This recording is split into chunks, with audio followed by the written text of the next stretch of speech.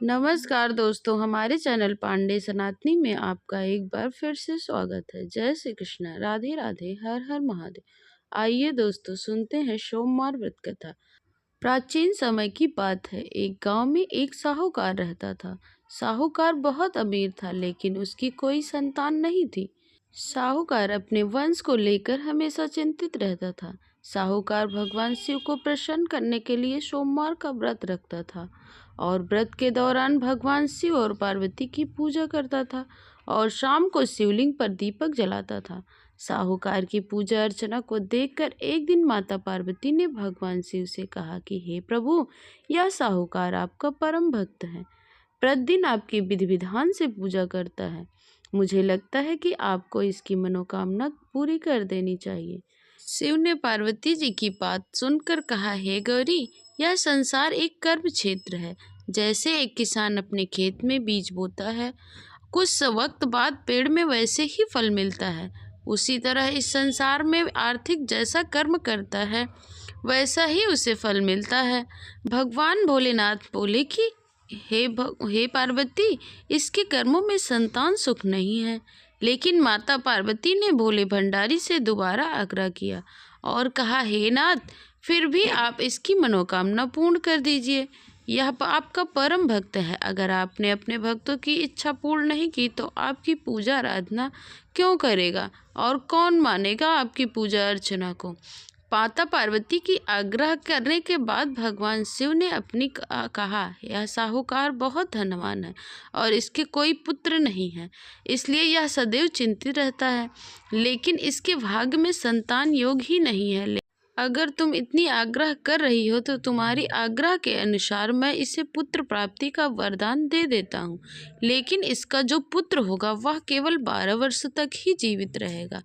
फिर रात्रि में साहूकार को स्वप्न में दर्शन देते हुए भगवान शिव ने कहा कि हे साहूकार, तुम्हें पुत्र रत्न की प्राप्ति होगी, लेकिन तुम्हारा पुत्र दीर्घायु नहीं रहेगा, बल्कि 12 वर्ष तक ही सीमित रहेगा।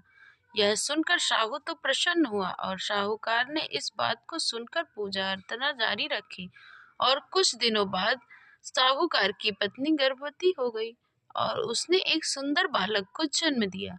बालक के जन्म से घर पर हर्षोल्लास का माहौल था, लेकिन साहूकार खुश नहीं था, क्योंकि उसको पता था कि उसका बालक केवल 12 वर्ष तक ही जीवित रहेगा और उसने किसी को यह बात नहीं बताई।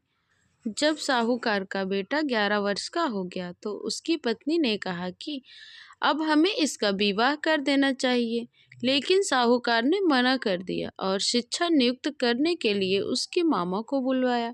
पैसे देकर उनके साथ काशी जाने का आदेश दे दिया। फिर साहूकार मामा भांजे से कहा कि जहाँ जहाँ आना, रास्ते में यज्ञ हवन करते जाना, ब्राह्मणों को भोजन कराते हुए जाना।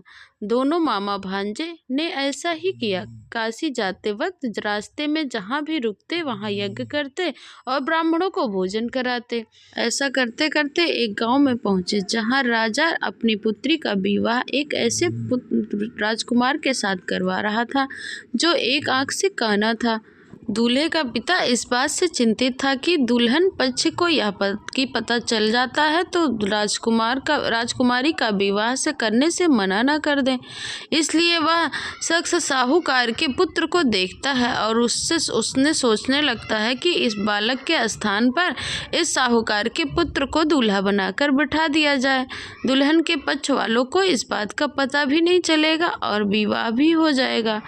दूल्हे के पिता ने साहूकार के लड़के को इस बात के लिए राजी कर लिया और साहूकार के बेटे को दूल्हे का वस्त्र पहनाकर घोड़ा चढ़ा दिया और घोड़े पे चढ़ाकर तोड़न रस्म पूरी हुई। फेरे की जब बारी आई तो दूल्हे के पिता ने साहूकार के पुत्र से अनुरोध किया कि तुम दुल्हन के साथ फेरे भी ले लो, तब विवाह संपन्न हो जाए तो यह बात किसी को पता न लगे।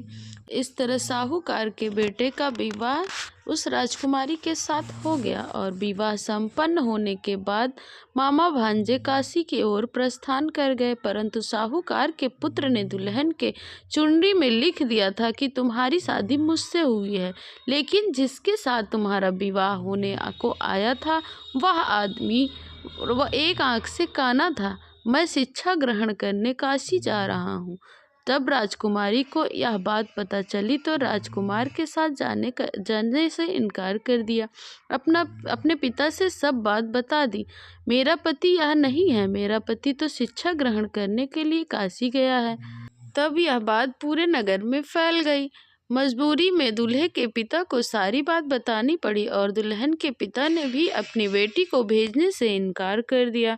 इधर मामा भांजे दोनों काशी पहुंच गए थे और बालक शिक्षा ग्रहण करने लगा था। मामा ने यज्ञ करवाना शुरू कर दिया। साहूकार का बेटा जब 12 वर्ष का हो गया था तो एक दिन अपने मामा से बोला कि उसकी तबीयत ठीक नहीं है, वह सोने के लिए अंदर जा रहा है। साहूकार का पुत्र अंदर सोने के लिए चला गया। उसी समय उसकी मृत्यु हो गई।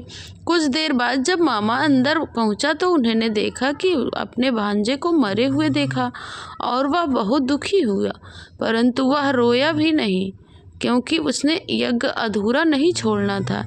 इसलिए मामा वापस जाकर यज्ञ को पूरा किया और ब्राह्मण को भोजन कराने के बाद अपने मृत भांजे को देखकर रोने लगा। उसी वक्त उसी मार्ग से पार्वती उतर रही थी। माता पार्वती ने किसी के रोने की आवाज़ सुनी तो उन्होंने शिव से कहा कि हे प्रभु, कोई मनुष्य रो रहा है, चलो उसके दुखों का निवारण कर देते हैं। पार्वती मामा के पास गईं और जब उन्होंने मृत बालक को देखा तो हैरान हो गई क्योंकि वह भगवान शिव के आशीर्वाद से साहूकार का पुत्र था। माता पार्वती ने कहा, यह तो साहूकार का पुत्र है। हे प्रभु, आपने जिसको 12 वर्ष तक ही जीवन दिया था। पार्वती जी ने मृत बालक को देखा और उन्हें दया आ गई और उन्होंने शिव जी से कहा, हे प्रभु, आप इस बालक को जीवन दान दे दें, वरना इसके माता पिता जीते जी मर जाएंगे। माता पार्वती के आग्रह करने पर शिव जी ने उनकी बात मान ली और उसे जीवन दान दे दिया। साहूकार का पुत्र जीवित हो गया और मामा भांजे अपने घर की ओर प्रस्थान के लिए चल दिए। रास्ते में साहूकार का पुत्र उद्देश्य उसी नगर में उतरा जहां उसका विवाह हुआ था। दुल्हन के पिता ने बालक को पहचान लिया और मामा भांजे को लेकर अपने महल आ गए और दुल्हन के पिता ने एक समारोह किया और अपनी पुत्री को साहूकार के साथ भेज दिया। जब साहूकार का बालक अपने घर पहुंचा तो उसके माता पिता छत पर बैठे हुए थे और सोच रहे थे कि अगर उसका पुत्र सही सलामत वापस नहीं आया तो वह भी अपनी इसी छत से कूदकर अपनी जान दे देंगे। उसी समय उसके मामा वहां आ गए और उन्होंने बताया कि उनका पुत्र जीवित है और विवाह करके वापस लौटा है। साहूकार ने अपने बालक को जीवित देखा तो खुशी से उसका स्वागत किया और साहूकार का पूरा परिवार खुशी खुशी अपना जीवन बिताने लगा था। जैसे भोलेनाथ ने आपने साहूकार पर कृपा बरसाई, वैसे ही सभी पर कृपा बरसाएं। कथा को सुनने वाले और सुनाने वाले की हमेशा मनोकामना पूर्ण करें। बोलिए शिव पार्वती की जय। हर हर महादेव की जय।